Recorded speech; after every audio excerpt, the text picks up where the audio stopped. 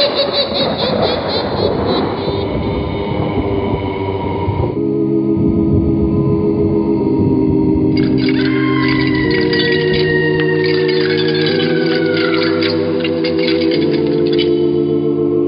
Mysterious Old Radio Listening Society podcast.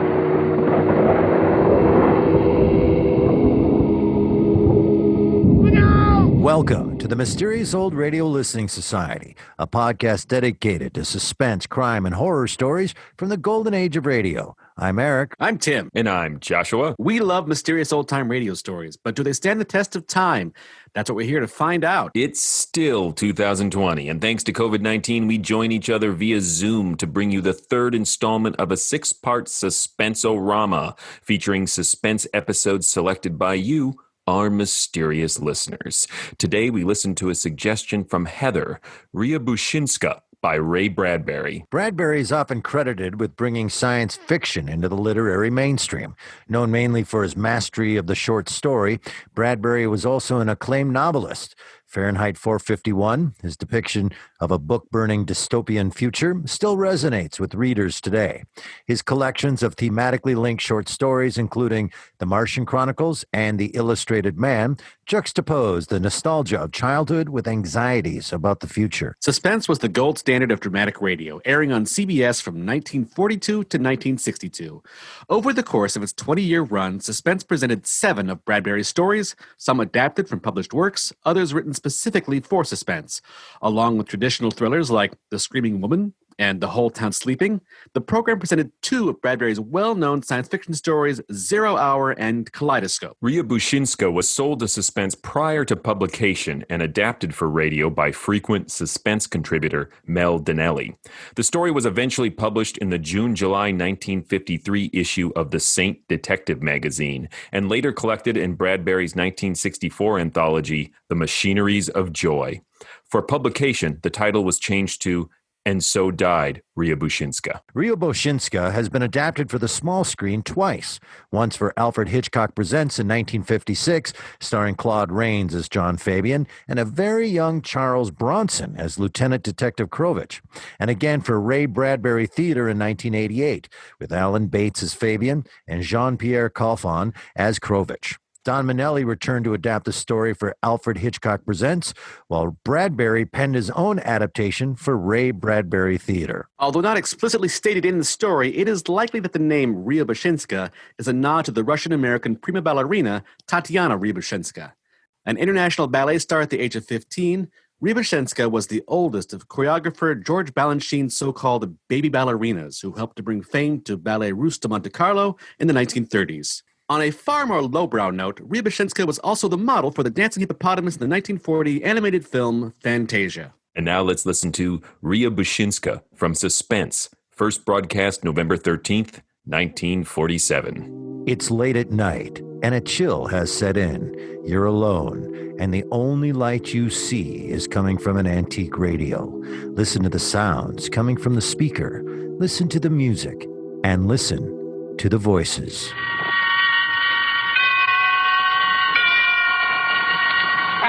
Suspense.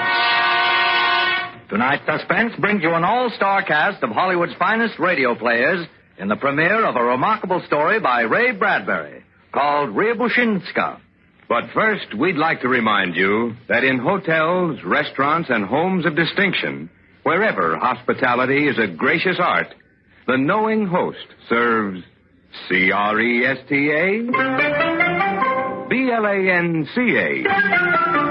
Cresta, Blanca, Cresta Blanca. Cresta Blanca. Yes, the famous name of Cresta Blanca is a symbol of good taste and good living wherever discriminating people gather.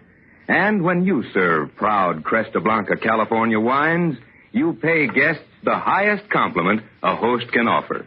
So, distinguish your table by pouring Cresta Blanca Burgundy or Cresta Blanca Sauterne. Yours to enjoy for gracious dining. Shenley's Cresta Blanca Wine Company, Livermore, California. And now, Shenley brings you radio's outstanding theater of thrills, Suspense.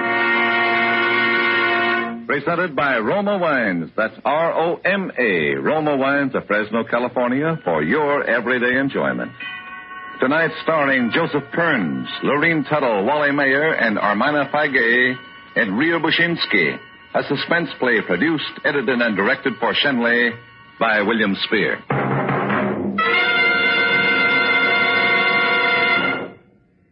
Mr. Ockham had a look about him in death as he had had in life. A general appearance which might prompt one to say, there's a man who will one day be stabbed, or shot, or booted in the head. And although Mr. Ockham had not met his end in any of the aforementioned ways, he had been strangled, and he was dead. Dead on the floor of a theater cellar.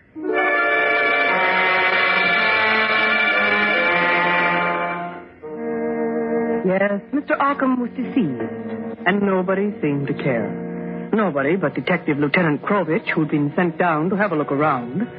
On a table he saw a small, polished bronze box with certain words on the lid which read, Riabouchinska, property of John Fabian, world's greatest ventriloquist. Krovich looked from the box to the three figures standing stiffly before him. They were John Fabian, ventriloquist, Alice, his wife, and Bernard Douglas, Fabian's press agent. As Krovich lit his cigar, it happened. Please let me out. Oh, please let me out. The four people looked with startled eyes at the box on the table. Then Fabian, the ventriloquist, stepped forward and spoke earnestly. No, Rhea. This is serious business, darling. You stay where you are. Please don't run. You should be kind to me now after what's happened. If you don't mind, Fabian, we'll have the dummy act at another time. Now let's get this matter clear. Each of you testify that you don't know who this dead Mr. Ockham is, yet he told the stage manager tonight that he knew Mr. Fabian and wanted to see him about something important. Oh, stop it, Fabian. Pay no attention to her, Lieutenant. Her? You mean you? What is this? Get together, you two. We'll never be together again. Never again after tonight. Give me the key to the box, Fabian.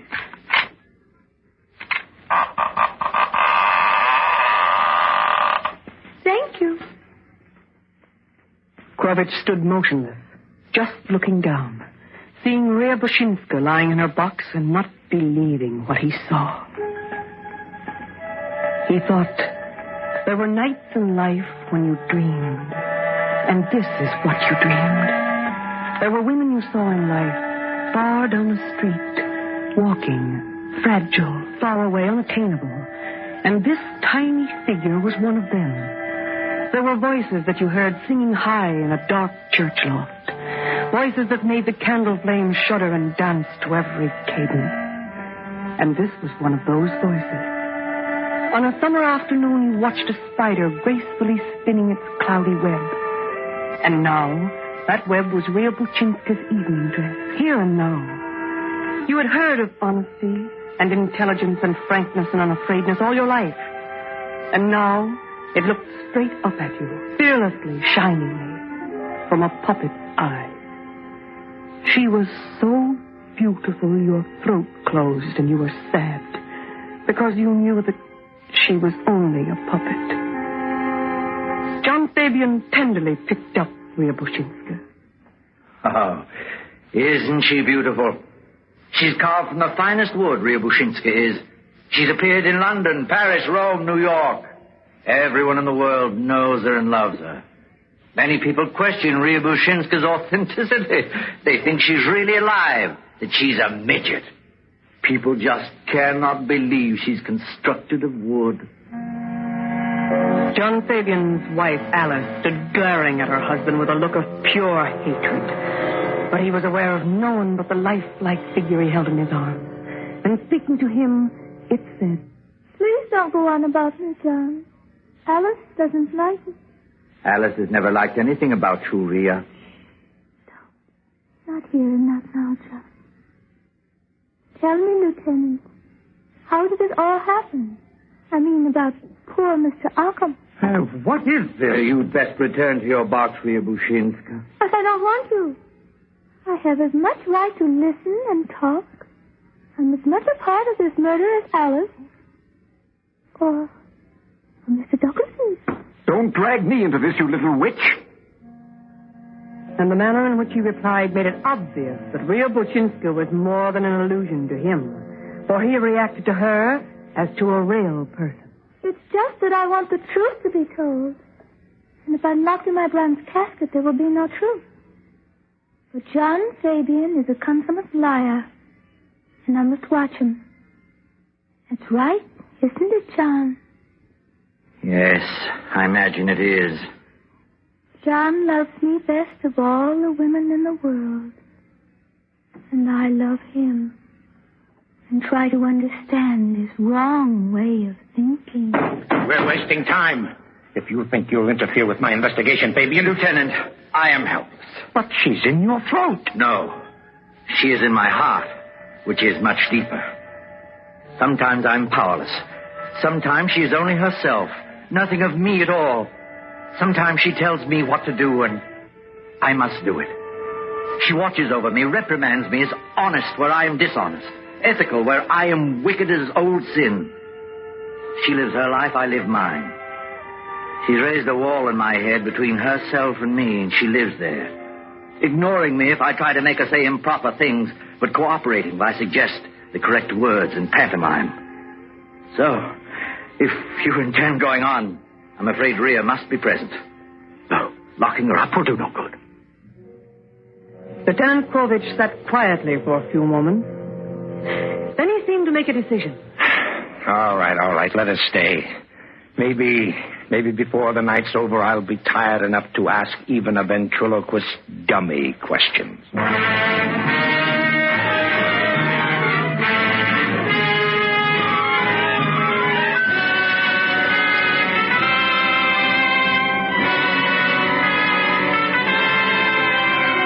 For Suspense, Roma Wines are bringing you Riabouchinska. Roma Wines' presentation tonight in radio's outstanding theater of thrills, Suspense.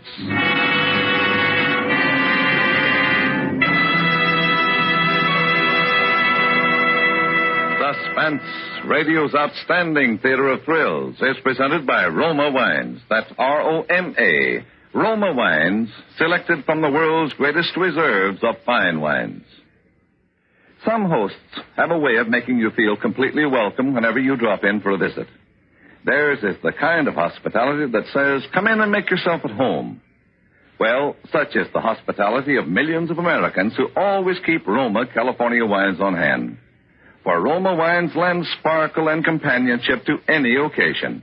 And there's a Roma wine to please every taste. For friendly entertaining, serve nut-like golden amber Roma sherry, rich red Roma port, or mellow flame-bright Roma muscatel. You'll find that these better tasting Roma wines add warmth and charm to any get-together, brighten those restful stay-at-home evenings with your family. Tomorrow, solve your problem of what to serve when friends drop in with Roma wines. That's R-O-M-A. Roma Wines, America's largest selling wines. And now Roma Wines bring back to our Hollywood soundstage Armana Fargey as narrator, Joseph Kearns as Fabian the ventriloquist, and Wally Mayer as Detective Krovich in Riabouchinska, a play well calculated to keep you in suspense.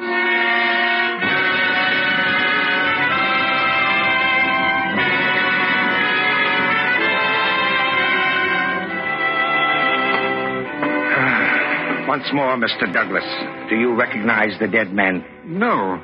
He looks somewhat familiar. An actor type, I believe. One of you three is lying. From the condition of Occam's shoes, his worn clothing, he needed money. Are you in love with Mrs. Fabian? Why, Really, Lieutenant? I've been watching you. Your actions. My actions? Yes. The way you look at Riabouchinska's box. The way you hold your breath when she appears. The way you knot your fingers when she talks. The way you stare at her. If you think for one moment that I'm jealous of a little piece of wood... Aren't you? No, I'm not jealous of her. You needn't tell him, Alice. Let her. They all stared at the figurine, even Fabian the ventriloquist, as if her cry had come from an alien throat. Alice, tell him. I married John 7 years ago. He said he loved me. I loved him and I loved Riabouchinska, too. At first, anyway. But then I began to see that he really paid more attention to her than he did to me. I began to feel hatred. Not for Riabouchinska, because it wasn't her fault. But I felt a terrible hatred for John. Because I knew it was all his fault. His cleverness, his sadistic temperament. Each jealousy on my part was a tribute to the perfection of his art. She came out of him like a woman out of a dark god. But I don't hate Rhea. She's lovely, sweet, and honest. Everything that John isn't. Tell about Mr. Douglas. When I got no understanding, no love from John, I turned to Mr. Douglas. Uh-huh. The dead man was a blackmailer. He came to the theater tonight to see your husband about you. You killed him to prevent that interview. I didn't kill him. Douglas might have and not told you. Why kill a man? John knew all about it. I did indeed.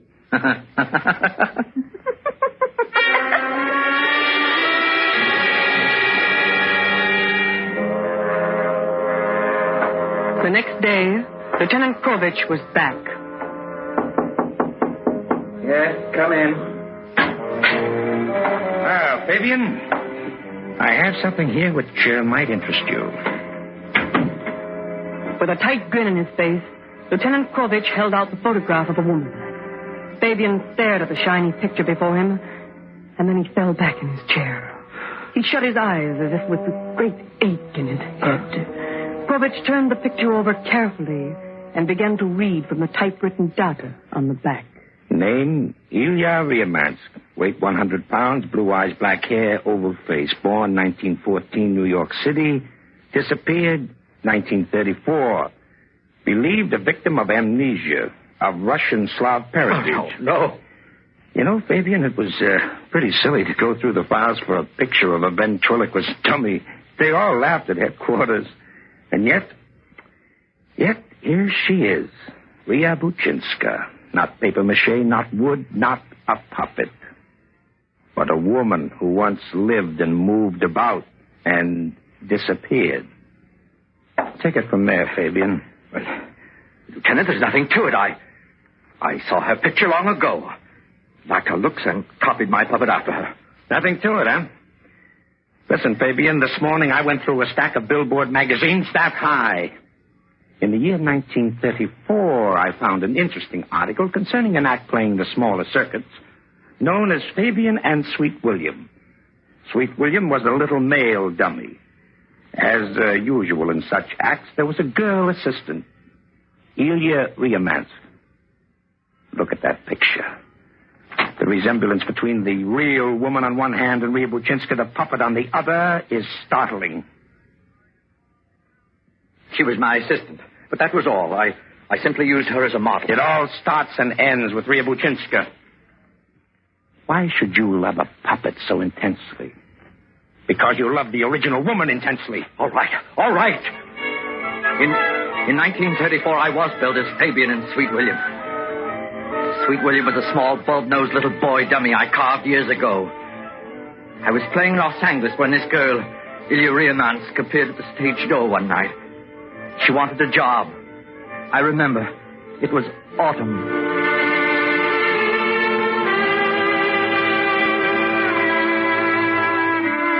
John Fabian remembered Ilya Riamansk in the half light of the stage alley.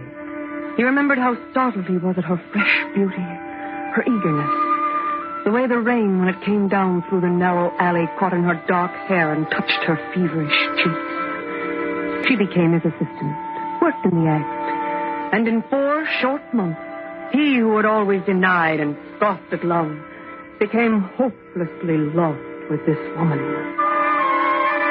Then there were arguments, and things much more than arguments. Things done and said that were violent and unfair. He wanted her to marry him. She never quite accepted. He went into hysterical rages at her. Once he destroyed her wardrobe. That much she had taken. But it was somewhat different on that last night when he had shouted at her, taken hold of her, and slapped her brutally 3 times across the face.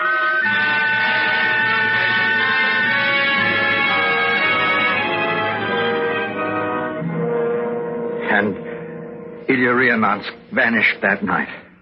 Vanished. The police questioned me. There was talk of murder.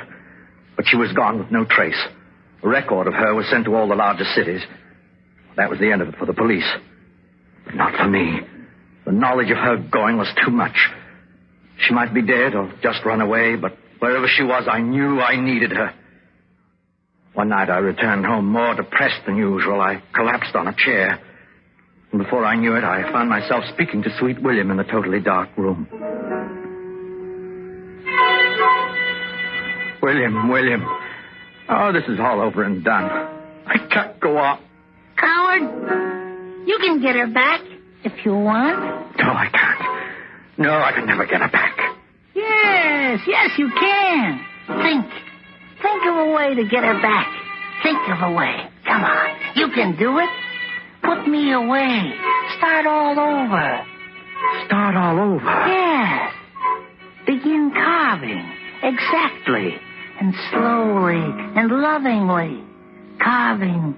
Make the little arching nostrils just so. And cut her black, thin eyebrows round and high. And make her cheeks in small duplicate hollows. And... No. It's monstrous. I can never do it. Yes, you could. Yes, you could. You could. And the voice faded away like a water ripple in a dark cave. Blackness rushed over Fabian. His head fell forward. He whimpered. And Sweet William sighed. And then they both lay silent and solemnly unconscious.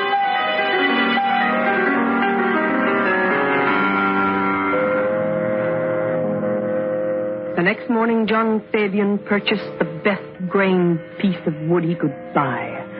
But when he reached home, despair seized him. How could he fashion his warm Ilya from this cold wood? How could he shape this dumb block of dead substance into anything faintly approximating her glowing light? Go on. It was Sweet William who egged him on. You can do it. And for 20 weeks he worked. He carved her hands into things as natural and beautiful as shells lying in the sun. And Sweet William lay dust-cloaked in his box, from time to time feebly quoking some sarcasm, some criticism, some hint, some help. But he was dying, soon to be untouched, inanimate wood. As weeks passed and Fabian molded and scraped and polished the new wood, Sweet William lay longer and longer in stricken silence. And one day, as Fabian held the puppet in his hand, Sweet William seemed to look at him a moment with puzzled eyes. And then there was a death rattle in his throat.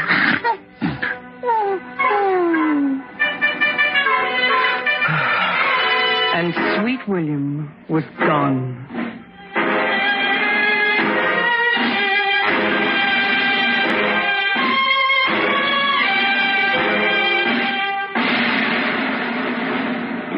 And now, as Fabian carved, a fluttering, an attempting of speech in his throat began echoing, re-echoing the sounds of Ilya Riamansk. At the year's ending, he was thinned and without money. But by then he had searched his stream of consciousness, experimented and given the doll all the gracious mannerisms and shy gestures of the real woman. And then, at last, he held Ilya Riamansk in his arms again. They were together. He could talk to her and she could reply. And the first thing he made the little creature say was, I love you, John Fabian. Oh, Ria.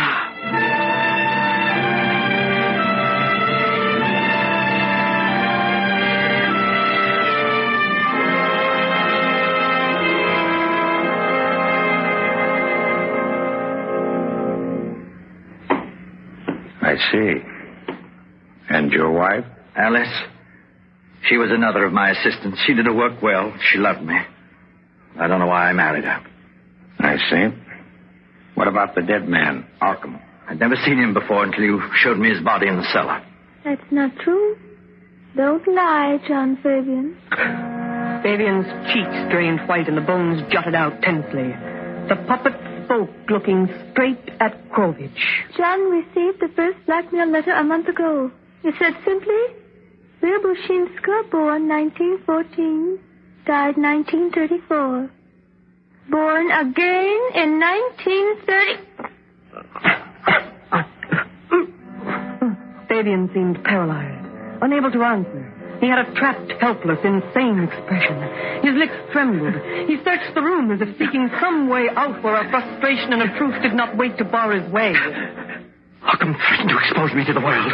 Go on. I wanted my love for Ilya kept to myself. What sort of a love would it be in the future if people really guessed the significance of my carving this figurine that talked and moved? People would laugh or be disgusted. Perverted, criminal mind, they'd shout. Ugly, horrible, revolting. And how could I play my love scenes with Ria anymore when they knew? Not when with every word I uttered, someone in the audience would nudge someone else and whisper, "She lived once, you know, but disappeared. They say he killed her. They say he loved her." How much did Occam want? $1,000 to start with. And more later. And so you killed him? No, I didn't kill Occam, Lieutenant. I paid him $1,000. We found no money on him. Nevertheless, I paid him. Alice and Douglas must have heard our conversation. They've wanted to be rid of me for years now. I'm not blind. Alice saw a way of ridding herself of me and getting some money, too. Why, she's nothing but a... Just a moment. There's something I wish to say. And yet I can't say it. Skrovich turned. He saw John Fabian's eyes widen in his head, as if a terrible conflict were raging, fighting within. His throat convulsed again and again, and lines cut deep in his cheeks, and the hollows of his face sank in. I was in the room when Mr. Occam came. No, Ria. I lay in my bunk, and I listened, and I heard, and I know. No. Mr. Occam threatened to destroy me, tear me up, burn me into ashes, if John didn't pay him $1,000. And then, Suddenly, there came a falling sound. Mr. Occam's head must have struck the floor. I heard Mr. Fabian cry out, swearing and sobbing all in one. I heard a hissing, gasping, choking, horrible sound. You heard nothing. You're deaf and dumb and blind and lifeless. You heard nothing. Your ears are calm. But they hear. And then the hissing, choking sound stopped. I heard John drag Mr. Occam to the door, open it, and take Mr. Occam down the stairs, under the spacer, toward the old dressing room that hadn't been used in years. Down they took the body. it was a scene so incongruous, so impossible, so completely beyond the veil of sanity and reason that Skrovich recoiled even as he watched. If ever in the time of the world the forces that manipulate men struggled one side against the other, this was the time. The shocked, pallid face of John Fabian wrenching, the horrible protrusion of the eyes, the clenching of the teeth as a censor, then relaxing again, the subtle move of the throat, and the high, sad, and accusative voice of Riabouchinska leaping from her tiny, shining lips. Fabian must have known what was happening, and yet he did not know. I'm not made to live this way. There's nothing for us now, anyway. 'Cause the world will know of us. Even when you killed him and I lay in my bronze box last night, I realized, we both realized that these were our last hours. Because while I've accepted your weaknesses and lies, I can't exist in murder. It couldn't have gone on. No one can live side by side with such knowledge.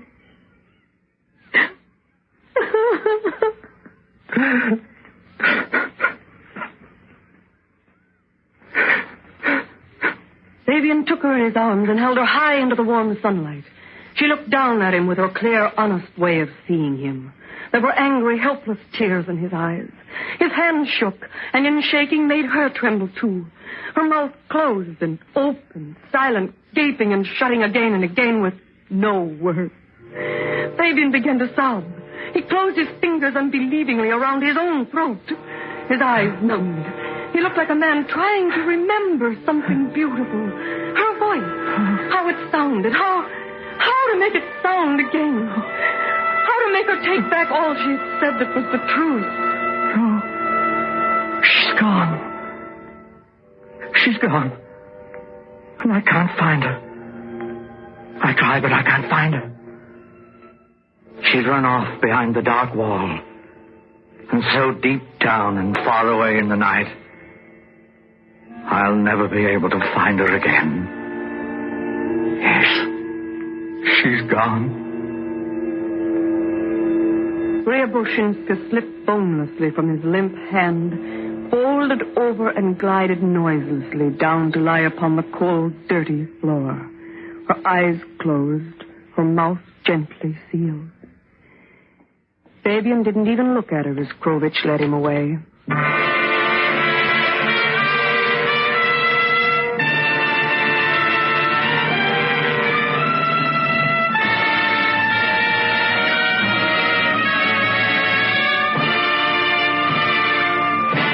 Suspense. And so closes Riabouchinska, starring Armana Fargey as narrator, Joseph Kearns as Fabian, Wally Mayer as Krovich, and Lorene Tuttle as Rhea. Tonight's study in suspense, presented by Roma Wines. That's R-O-M-A. Roma Wines, America's largest selling wines. Yes, more Americans do enjoy Roma wines than any other wines. And this is Truman Bradley to tell you why. It's because Roma wines taste better. You see, Roma selects and presses only the choicest California grapes. Then, with ancient skills and unmatched wine-making resources, Roma master vintners guide this luscious grape treasure unhurriedly to tempting perfection. These finer Roma wines are placed with other mellow Roma wines to await later selection for your enjoyment from the world's greatest reserves of fine wines. This weekend, give your family and friends a surprise. Serve delicious Roma California Sherry. Roma Sherry is a glorious gold and amber wine, soft and mellow on the tongue, with a delightful nut-like taste that's a perfect invitation to dining pleasure. And remember to insist on Roma. That's R-O-M-A, Roma Sherry, because more Americans enjoy Roma wines than any other wines. Tonight's suspense radio play was by Mel Donnelly from a short story by Ray Bradbury. Be sure to listen next Thursday, same time, to Suspense. Produced and directed by William Spier for the Roma Wine Company of Fresno, California.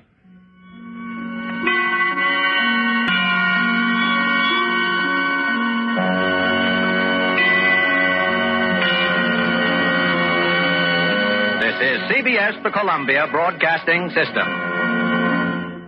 KNX Columbia Square, Los Angeles. That was Riabouchinska from Suspense here on the Mysterious Old Radio Listening Society podcast. Once again, I'm Eric. I'm Tim. And I'm Joshua. That is our third installment of our 6-part Suspense-o-rama featuring suspense episodes selected by our mysterious listeners. That came to us from Heather as we were leading into our 200th podcast episode. So it's very exciting. Not only are we knocking out suspense requests, but we're heading up to a milestone of 200. And the beauty is we get to listen to suspense episodes. It's lovely. So let me just start with this.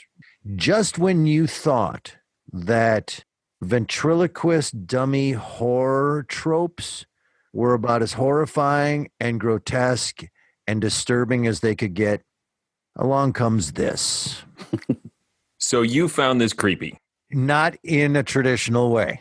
I did find it creepy, but not in a, ooh, this is a really compelling, wonderful story. Creepy in a, what in the hell is going on? What is happening on so many levels? Who wrote this and how are the performers getting through this? And yet when it's done, I'm not going to tell you that was terrible because it wasn't that either. I just don't know what the hell I listened to. It does take that basic element of what I think makes ventriloquist dummies scary, which is they are literally possessed objects. Like they exist to have somebody use them to become a a conduit for a different persona, and it really takes it to the weird, distorted extremes of that notion. My broad general reaction is it is this strange mix of hilariously absurd, right, and like very disturbing relationship stuff. Like, under your skin, like, ew, that's an icky sort of metaphor. Hard. Yeah, it's hard to get through this. Maybe it's just me, and boy, I'm going to be in a lot of trouble here, because if it is just me, but it's really hard to get through this without at least once imagining him having sex with the doll. I found it effortless to get through it without imagining that, Eric. So yeah, it might just be you. Well, if it's not literal, it's metaphorically being implied that he wants this doll to possess and to own, to replace the woman that he couldn't. And I had to keep saying in my head, don't think about it, don't think about it, don't picture that, don't picture that, don't picture that, because that's, you know he did. I know no such thing. He did. Of course he did. With this storyline, the way it's set up and everything Tim just said and all of that, yeah, he did. Gross. Thanks, Heather. All right, so I'm going to move away from that image because I saw it as something slightly different than sexual because I think it's psychological more than anything. It is about, as Tim said, this idea of separating a part of yourself and imbuing something else with it. I took it as he lost his lover. That's a whole nother question. I think he murdered her. There's no proof of that, but I think the story is clearly moving you in that direction despite his denials. So then he recreates her, but puts into her everything that is good about himself. To me, it's almost a do-over. It's not as deviant as you are suggesting, Eric, in my mind, that it's a form of denial. And once she discovers that he is a murderer, he murdered the blackmailer here, but really he's kind of a stand-in for discovering that she herself is the product of murder. She's a replacement for this lover. She's gone again. And he lies to himself again by saying, oh, she's disappeared. She's behind the dark wall. I've looked for her now and I can't find her, which is the story he tells himself about his assistant, the lover, as well. So there are a lot of, like I said, mainly psychological things going on in here that may or may not be intentional, but the story has enough ambiguity that it allows you to fill that in or imagine him having sex with the dummy. Right. He leaves those openings, shall we say. It's gross. This. Everything you just said, yep, I got all that too. And I'm on board with all of that psychological stuff that's going on and all of that. It's just that at a certain point, he's just so enamored with it that you start to go, oh, God, don't think about that. And so like one of the peak disturbing moments is when he finally builds, or he finally gets the voice, the first thing he has the doll say is, I love you. I love you, yeah. That is a very disturbing moment. And by no means that I fixate on that or anything. I think there's a lot of amazing things psychologically to discuss. And as Tim said earlier, check my blog for the slash fiction. Right. As Tim said earlier about ventriloquists and dummies in general, is that the creepiness of what we just discussed, that you can bring out another side of your personality. And but everybody in that room is so good about humoring him. The dummy's real, and that's a real person, and they're so good about it. They're really nice to him about it. Well, what I find fascinating is that the cop, of course, humors him because he thinks he'll get more answers. But the other two, his wife and his press agent, respond not in a humoring way. Like they've spent enough time that they truly believe it. And I think that's part of the creepiness of this. And then you're looking at it through the eyes of the detective who's like, holy crap. They are all talking to this doll as if it's real.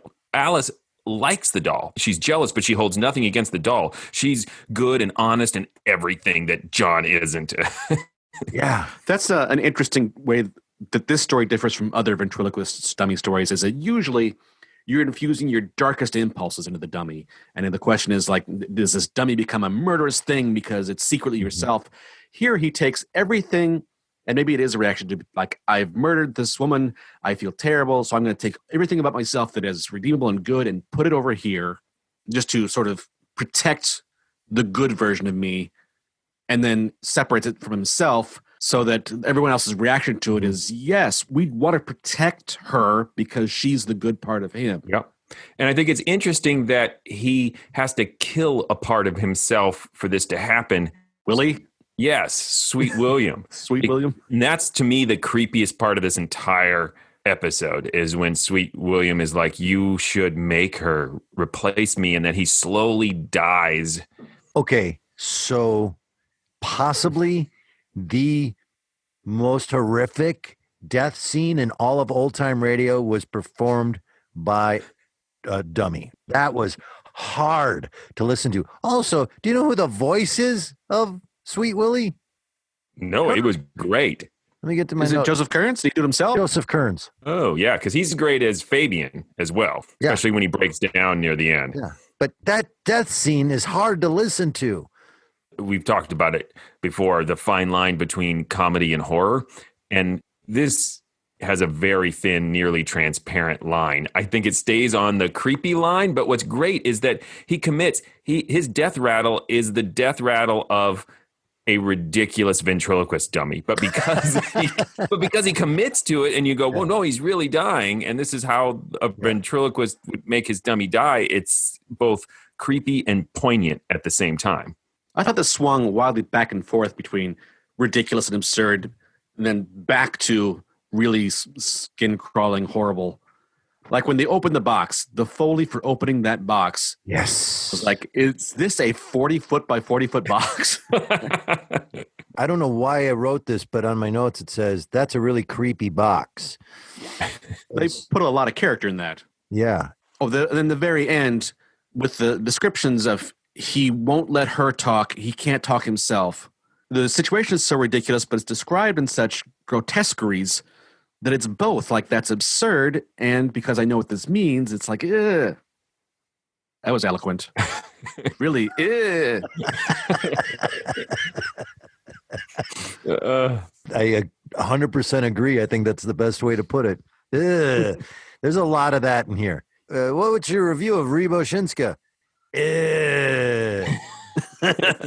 Speaking of the name, just to get it out there, yeah, we all agreed on how to pronounce it before we started the podcast, but they never agreed before they started recording this episode.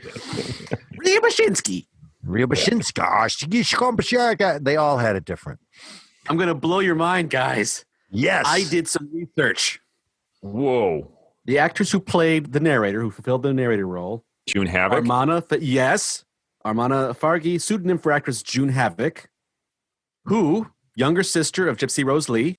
This year that this episode came out, 1947, William Spier divorced his wife, and the following year, he married June Havoc, third marriage for both of them. Wow. That's a lot of onion layers there, Tim. Oh, and if you go to our good friends at the Wall Breakers, Breaking Walls, the podcast, they have a nice little interview with the two of them, June Havoc and William Spier, talking about radio versus television. Oh, cool. Now that you brought it up, let's jump into that. One of the best parts of this is June's narration. Wonderful.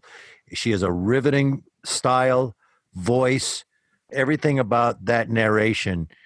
If she was around, I would try to hire her to do all sorts of stuff. She has a very strange quality, or at least she chose to have it for this job, that really matches Ray Bradbury, because this is very fantastical stuff that she has to describe. Yep. And it works really well. It's also notable to even have a third-person omniscient narrator who's female in old-time radio. I can't think of another example. There might be one where it's a first-person narration because they're a character in the story, but every other narrator who's outside the story is always male. And then it made me think harder about it and going, like, there are 3 decent female roles in here, which is rare for old-time radio. I had to really think hard to come up with a radio show that we've discussed that had 3 female voices in it. I came up with Evening Primrose. Yeah. And Evening Primrose, 2 of those female roles are quick, and there isn't a lot. Kind of monster creatures. Yeah. No, I was going to bring that up as well. Female narrator, very weird, I should say unique. I think that without her, I would not have enjoyed it as much as I ended up enjoying it. It helps the flaws of the story because it adds more diversity to the sound. And I think the flaw of the story is that it is so static. Bradbury has an interesting story, but it's full of exposition. And instead of flashing back to scene, it always flashes back to summary. How much more interesting would it be to hear I'm talking to... Well, that, I would love to have heard the murder, to have the listener be inside the box with Riabouchinska and hear that happening. I would love to have heard a little bit of their act. That would have been great. Or a flashback to the last big blowout fight between Fabian and his assistant lover, like right before he burned her wardrobe. He is a monster. But I think that would have given it a lot more life. And that is my main criticism of it, is that it's a little inert in its presentation. But the story is so out there that it ends up working. Yeah, I think you're absolutely right, Joshua, that there are opportunities missed that they could have had a lot more fun with. However, then there's also the idea, we hear so much Riabouchinska talking and having conversation that you start to do what they're doing. And that is, oh, that's the doll talking. And then you have to stop and go, that's not the doll talking. And then when you start to remember that, you realize, oh, this guy's having this conversation with himself and basically forcing himself to admit the crime through the doll telling himself to tell the truth. I want to highlight the nice touch of, as he and / she are breaking down, that her voice slides into his voice slides into hers, even though they're actually two different actors, which is nicely done. Yeah, right before she dies, there's a little sob that's shared between them where it morphs from her crying to his. And it essentially has two dummies committing suicide, because that's really what both Sweet William and Riabouchinska do at the end. They sever their connection with Fabian and are gone. The fact that you just uttered the sentence, two dummies committing suicide. But you're right, they did for him. But actually, they didn't do it for him. He did it for him because he is them. So stop messing with my head, Scrimshaw. There's got to be a sequel of him in prison where he's like carved a little friend out of a bar of soap. And now he's a Batman villain. Yes. Yeah. Any other final thoughts on this? I like when Bernard Douglas, the booking agent, when he talks of Oakham, the dead figure on the floor, that he looks vaguely familiar, maybe an actor. I'm like, oh, he thinks all dead actors look alike. So he has to be a booking agent. I didn't put that together with, the kind of face you want to shoot or strangle or stab. An actor. Do you guys remember Soap, the half-hour sitcom show from the 80s? Remember the ventriloquist and the dummy Bob? By the way, just to get this out there, the best ventriloquist act in the history of all ventriloquist acts. That guy was phenomenal. Jay Johnson, right? That's his name. That sounds familiar. So, but it's interesting how the comedy from Soap in those scenes with the dummy came from them talking to the dummy. Like, it would just become so hilarious because they would just get into fights with it and talk with the dummy. And here we are in this entire show where I know it borders on it, but it never becomes funny to me. It becomes either they have slipped to a point mental health wise where they're now believing in the dummy, or the cop is humoring to get information. By the way, he's got tremendous patience because he has full on conversations with the doll. So, so good copping, but we don't laugh at it in this. We don't go, oh my God. In Soap, they didn't even have to say anything funny. They would just start talking to it and you would just start laughing. So it's an interesting thing. Charlie McCarthy had a radio show. The most popular radio show ever. Well, up there. Were you guys confused by Cresta Blanca at the top? Yeah, yes. A little bit. Like Suspense was two timing with another wine. You trollop. But then Roma comes back. So I did a little bit of research because it bothered me too much, frankly. I need to get a life. But apparently they were owned by the same company, like Shenley Distillery. I think they mentioned it in there. So they were just like, hey, this is working well for Roma. Let's throw some Cresta Blanca in there too. And if you did your little Google search, you found out, as I did, because I did the same thing for the same reasons, Cresta Blanca Winery still exists. So that's the closest we can come to getting suspense drunk today. Right. Start talking to my stuff. All right, let's throw it to a vote. Joshua, I'd like to hear your vote because I really don't know what you're about to say. I don't. Yeah, I don't think this is one of Bradbury's best stories by any means. It's flawed in not concept, but execution, and perhaps that falls on the adapter. I don't know, maybe some wiser choices in adapting for audio, as we already described. It's kind of part detective story and part psychological study, and I think the detective story, figuring out the mystery, is where it falls apart a little, at least in presentation. But I always prefer something ambitious that doesn't quite hit the mark than something that is really lazy and run-of-the-mill. So it definitely wins there. It's not a classic by any means, but I think it stands the test of time. Its flaws are structural, not an issue of aging poorly. It's certainly of historical significance because it's the very first collaboration between Bradbury and Suspense. I think later ones will be more successful, in my opinion, but this is definitely a classic of ventriloquist dummy stories. I do think it is better than Suspense's other creepy ventriloquist dummy story, Flesh Peddler, which we talked about a year or so ago. Tim? I would not call this a classic. Similar, I think parallel reasons. For me, this is a little bit of a patchwork of different things that doesn't necessarily become greater than some of its parts. It's got some really disturbing stuff, some really funny stuff, some well-produced stuff, and they don't necessarily all go together well. Certainly stands the test of time and maybe even has a stronger impact now, this portrayal of this abusive, manipulative, controlling employer / lover certainly hasn't gone away and has only gotten more spotlight of how much damage that sort of figure does. So I think that relationship makes the whole thing even more horrible. I will agree with both of you on the structural issues with it and opportunities missed storytelling-wise and all of that. But I'm going to say the following. First, it is a classic of ventriloquist dummy horror. 2, it is the best ventriloquist dummy horror ever by far. There's not another one that I like better than this one. And I'm not trying to be funny because this is really good for that. 3, performances. I thought all the performances were really great. All of them, especially with what they were working with and what they were doing. And I'm sure that there was lots of giggling in rehearsal. As soon as one actor doesn't take this seriously, the entire thing collapses. Yep. It stands the test of time. I enjoyed it very, very much, beginning to end, mostly because it was just a lot of, wow, this is super crazy. I like it when storytelling makes my eyes go wide and me just go, what's happening?